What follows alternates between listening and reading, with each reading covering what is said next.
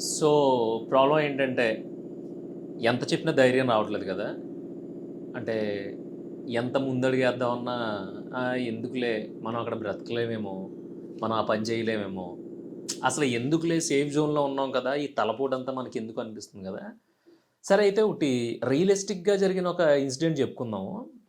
అది చెప్పుకున్న తర్వాత కూడా, నీకు నిజంగానే ఇంకొక అడుగు ఏయటానికి భయమేసిందనుకో, వదిలేసేయి.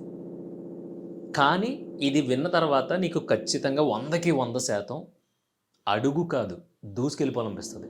నేను మోటివేట్ చేయడానికో, ఇంకో దాని గురించో నేను చెప్పట్లేదు. నేను నిన్న ఒక లైన్ చదివాను. అది చదివిన తర్వాత నాకే బాగా అనిపించిందంటే, నీకు ఇంకా బాగా అనిపిస్తదేమో అనేది నా ఉద్దేశం. ఫర్ ఎగ్జాంపుల్ రాముడు అడవికెళ్ళాడు. అడవికెళ్ళిన తర్వాత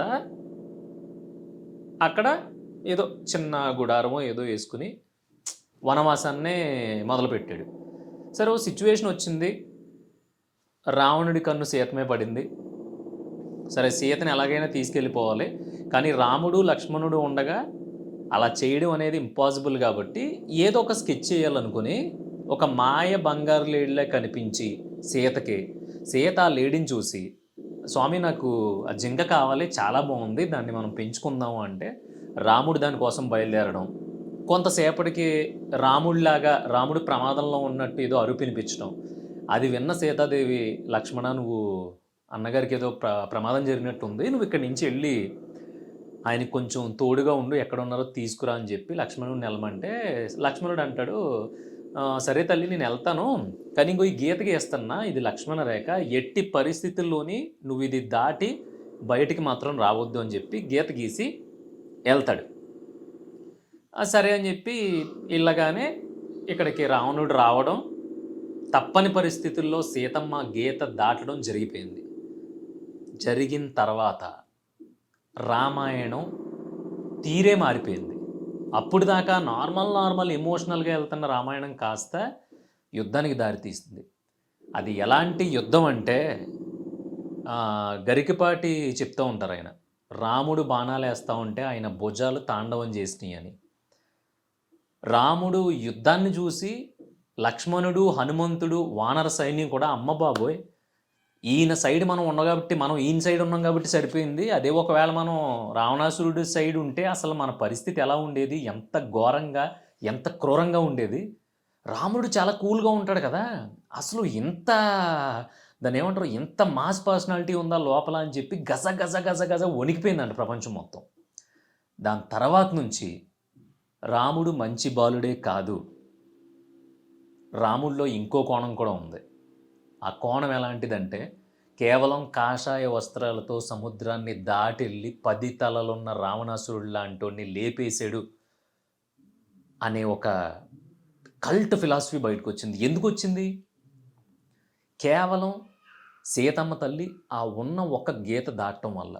నిజంగానే సీతాదేవి ఆ గీత దాటకుండా ఉండుంటే, రాముడు కేవలం ఒక రాజుగానే చరిత్రలో మిగిలిపోయేవాడు. రాముడు కేవలం ఒక మంచి గుణవంతుడు, పితృవాక్య పరిపాలకుడు అంటారు కదా! అలా మిగిలిపోయేవాడు. కానీ, ఒక గీత దాటడం వల్ల, ఒక గీత దాటి ఒక సిట్యుయేషన్ జరగడం వల్ల, రాముడిలో ఉండే విపరీతమైన దాన్నేమంటారో, దాన్ని యారగెన్స్ అనొచ్చు, కోపం అనొచ్చు, ఆహ్, ఇంకొక రూపం అనొచ్చు. రకరకాల షేడ్స్ అన్నీ బయటకొచ్చి, ఒక అన్‌వాంటెడ్ సిట్యుయేషన్ జరిగి అది నా కంట్రోల్ తప్పినప్పుడు నేనెలా ఉంటానో తెలుసా? అనేది రాముడి ఇన్నర్‌గా ఒక క్యారెక్టర్ బయటకొచ్చింది. అలా నీ ఎదురుగుండా ఒక గీత ఉంటది. ఆ గీత ఎలా ఉంటదంటే ఆల్మోస్ట్ నాకు తెలిసి మనల్ని అటు ఇటు కదలనివ్వదు. ఎందుకులే ఇప్పుడు అంత సాహసం చేయాల్సిన అవసరం ఏముంది? అంతా బానే ఉంది. ఇప్పుడు అనవసరంగా రిస్క్ చేస్తే తేడాలొస్తే మళ్ళీ మనం అక్కడి నుంచి వెనక్కి రావడం చాలా చాలా కష్టం కదా! ఇదంతా అనవసరం. సర్లే ఇక్కడ ఉండిపోదాం అని చెప్పేసి నీకు నువ్వు ఆ కంఫర్ట్ జోన్‌లోనో నిన్ను నువ్వు జోకొట్టేసుకొని ఇలా అయ్యి అని చెప్పేసి ఉండిపోయావనుకో, నీకు బేసిక్‌గా ఏం ఫరక్ పడదు. నువ్వేం పాడైపోవు. ఉన్న దాంట్లో హ్యాపీగా బ్రతికేస్తావు. పెద్ద డోకా ఏమి ఉండదు. కానీ ఒక్కసారి ఆ గీత దాటి చూడు. ఆ గీత దాటిన తర్వాత ఎన్ని విధ్వంసాలు చేయగలవో నీకు తెలీదు. ఎందుకంటే ఇప్పుడు ఉన్న కంఫర్ట్‌ని తన్నేసి, అదంతా చెడగొట్టేసుకొని నువ్వు బయటకొచ్చేసావు. సో, ఇప్పుడు ఎనక్కెళ్ళడానికి లేదు. ఖచ్చితంగా ముందుకే వెళ్ళాలి. వెనక్కి వెళ్ళడం కంటే ముందుకెళ్ళడమే బెటర్. ఏదో ఒకటి అవుతుంది. సో, అలాంటి టిపికల్ సిట్యుయేషన్‌లో ఏమీ దొరకదు, ఇంక ఇక్కడే సావాలే అనుకునే సిట్యుయేషన్ వచ్చినప్పుడు నీ మైండ్ సెట్ వేరేగా ఉంటది. నీలో కూడా రాముడి లోపల ఒక క్యారెక్టరైజేషన్ ఎలా అయితే బయటకొచ్చిందో సీతాదేవి గీత దాటడం వల్ల, అక్కడ సిట్యుయేషన్ జరగడం వల్ల, అలాంటి క్యారెక్టరైజేషన్ బయటకొస్తది. అది ఇప్పుడు నీకున్న శక్తి కంటే పదింతలు ఎక్కువుంటది. ఎందుకంటే నీకు ఆప్షన్స్ లేవు. అంతకు ముందున్న కంఫర్ట్ జోన్ లేదు. ఇప్పుడు నువ్వు ఏదో ఒకటి చేసి తీరాలి. అది సక్సెస్సా, ఫెయిల్యూర్ అనేది పక్కన పెట్టేస్తే 100 రకాలుగా ఆలోచిస్తూ ఉంటది మైండ్. చెయ్యాలి, ఏదో ఒకటి చేయాలి. ఏంటి పరిస్థితి? ఇప్పుడు నెక్స్ట్ ఏంటి? అక్కడేం దొరుకుతది? ఇక్కడేం దొరుకుతది? ఇది ఎలా చేయాలి? అది ఎలా చేయాలి? ఇలాగే ఉంటది తప్ప తిన్నాం హమ్మయ్య! పోన్లే ఫస్ట్ తారీఖుకి వచ్చేస్తుంది కదా! ఓకే. బానే ఉందంతా. ఏరా ఏంటి విషయాలు? ఇక్కడే ఆగిపోతే రేపొద్దున్న ఒక వయసొచ్చి మన బాడీ మనకి సహకరించని రోజున నిజంగా కొన్ని కొన్ని తలుచుకుంటే నీకు సిగ్గేస్తది, బాధేస్తది. 100%. యమ్మా! అప్పుడు ఇలా చేసుంటే భలే ఉండేది కదా! ఇది బావుంది. కష్టపడడం అనేది భలే ఉంది కదా! అని నీకు కాళ్ళు, చేతులు సహకరించని రోజులో అనిపించినప్పుడు ఉపయోగం ఉండదు కదా! అందుకనే మన ప్రతి ఒక్కడి చుట్టూ ఒక గీత ఉంటది. అప్పుడు లక్ష్మణ రేఖ అది. ఇప్పుడు మనకు మనమే గీసుకున్న రేఖ మనకి తెలియకుండా.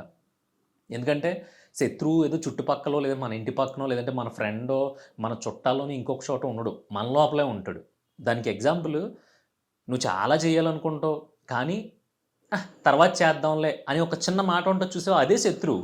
ఎందుకంటే అది చేస్తే నువ్వు మారిపోతావు. సో, అది నిన్ను చేయనివ్వట్లా. తర్వాత చేద్దాము అని స్కిప్ చేయిపిచ్చేస్తుంది. నీకెవడో వచ్చి స్కిప్ చేయమని చెప్పట్లాగా.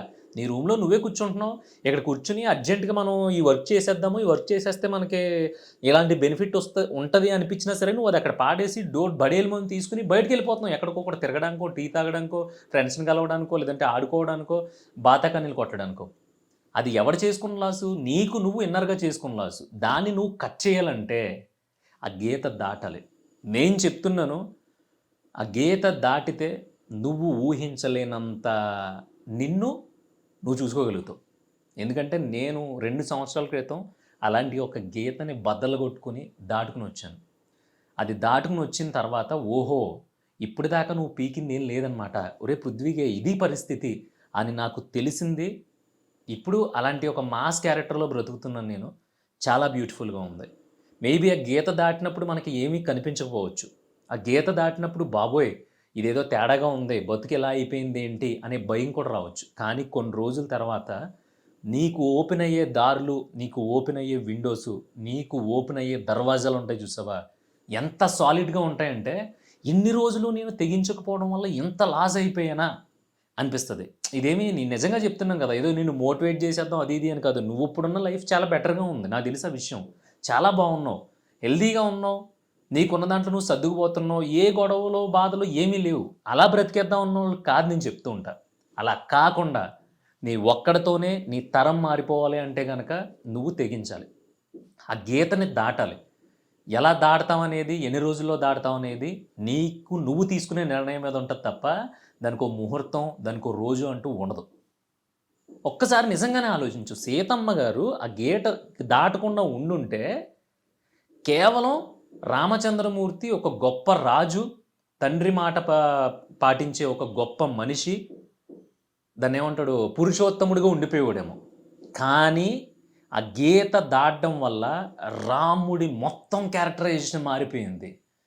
ఎలా అంటే తెగే కొద్దీ పుట్టుకొచ్చిన 10 తలలున్న రాక్షసుడిని కొడితే కొన్ని కోట్ల, వేల సంవత్సరాలు, 100 సంవత్సరాలు అయిపోయినా సరే ఇప్పటికి రాముడి ఫిలాసఫీ, రాముడి క్యారెక్టర్ అలా గుర్తుండిపోయింది అంటే దానికి కారణం అటు మంచితనం, ఇటు ఆయనలో ఉన్న వేరే కోణం. ఈ 2 కలిసినాయి కాబట్టే రాముడు పురుషోత్తముడికి మించి మన గుండెల్లో నిలిచిపోయాడు. ప్రతి ఊళ్ళోని రామాలయం ఉంది. ఎందుకుంది అంటే నాకు తెలిసి ఆ గీతకి ముందున్న రాముడి కంటే సీతమ్మ దేవి ఆ గీత దాటిన తర్వాత ఒక ఆడపిల్ల గురించి ఎవడైనా తప్పుగా ఆలోచిస్తే రాముడు అనే ఒక వ్యక్తి ఎలా రెస్పాండ్ అవుతాడు, ఎలా రియాక్ట్ అవుతాడు అనేది అంతకు ముందు వరకు క్వెషన్ మార్క్ అయ్యి ఉండొచ్చు. కానీ దాటిన తర్వాత రాముడు యుద్ధానికి సీతమ్మని తీసుకురావడానికి బయలుదేరిన తర్వాత ఆ వెర్షనే వేరే లెవెల్‌లో ఉంది.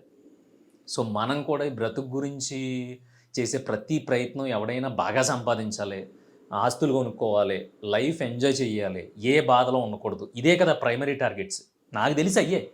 ఎందుకంటే నాకుండి కూడా అయ్యే. పెద్ద పెద్ద ఏం లేవు.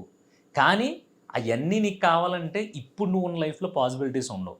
ఎందుకంటే ఉన్న దాంట్లోనే సర్దుకోవాలి, ఉన్నదే ఖర్చు పెట్టుకోవాలి, ఉన్నట్లిని కాపాడుకుంటూ బ్రతకాలి.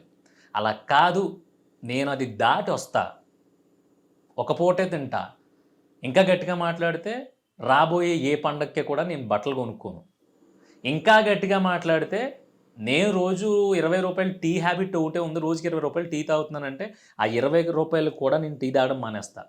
అంటే 10 రోజులు 10 రెళ్ళు 20 200 అంటే నెలకెంతయింది?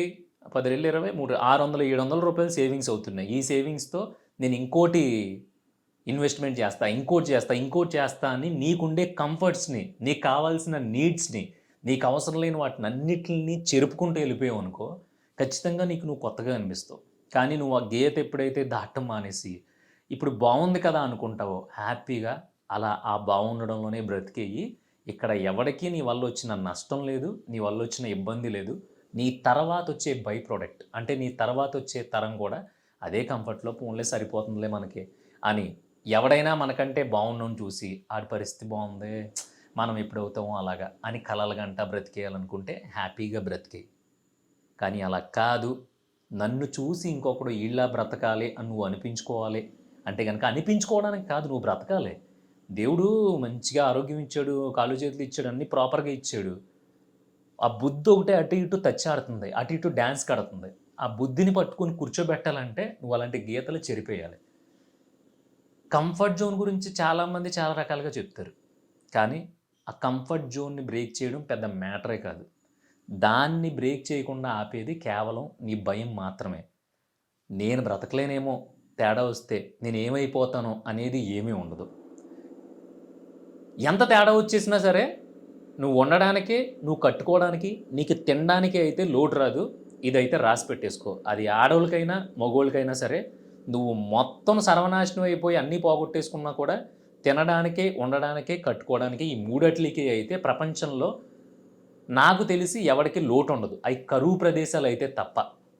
మన భారతదేశంలో, అందులోని మన తెలుగు రాష్ట్రాల్లో అయితే తిండికి, ఉండడానికి, గుడ్డకి లోటే ఉండదు. అందుకని దయచేసి చెప్తున్నా, ఆ గీతని చెరిపేసి, గీత అంటేది నీకు అర్థం కాకపోతే నీకు అర్థమయ్యే భాషలో చెప్తాను విను.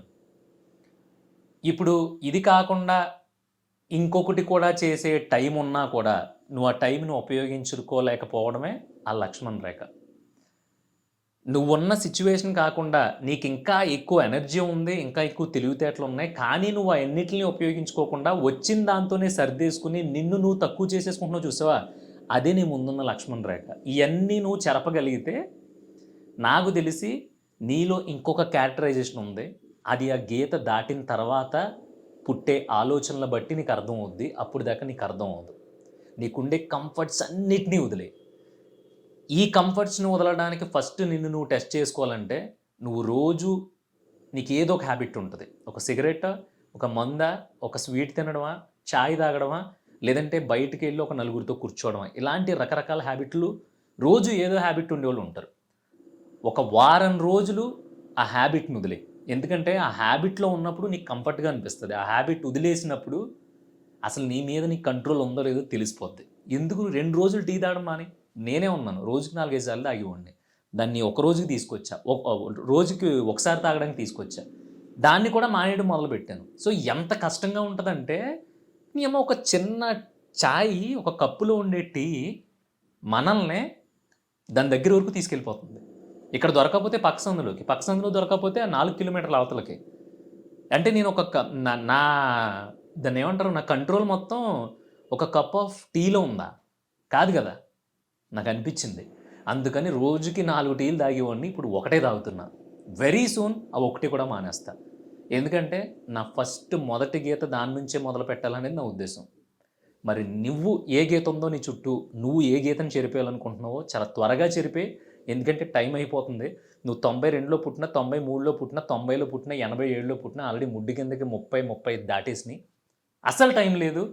40 వచ్చేసిన తర్వాత సర్దుకుని బ్రతికేయడం తప్ప బుర్ర కూడా పెద్దగా సహకరించదు. దయచేసి అయన్నీ చెరిపి పడదొబ్బి నీలో ఉన్న ఇంకో క్యారెక్టరైజేషన్ బయటికి తీసుకొస్తావని నేను ఎక్స్‌పెక్ట్ చేస్తున్నా. చూద్దాం.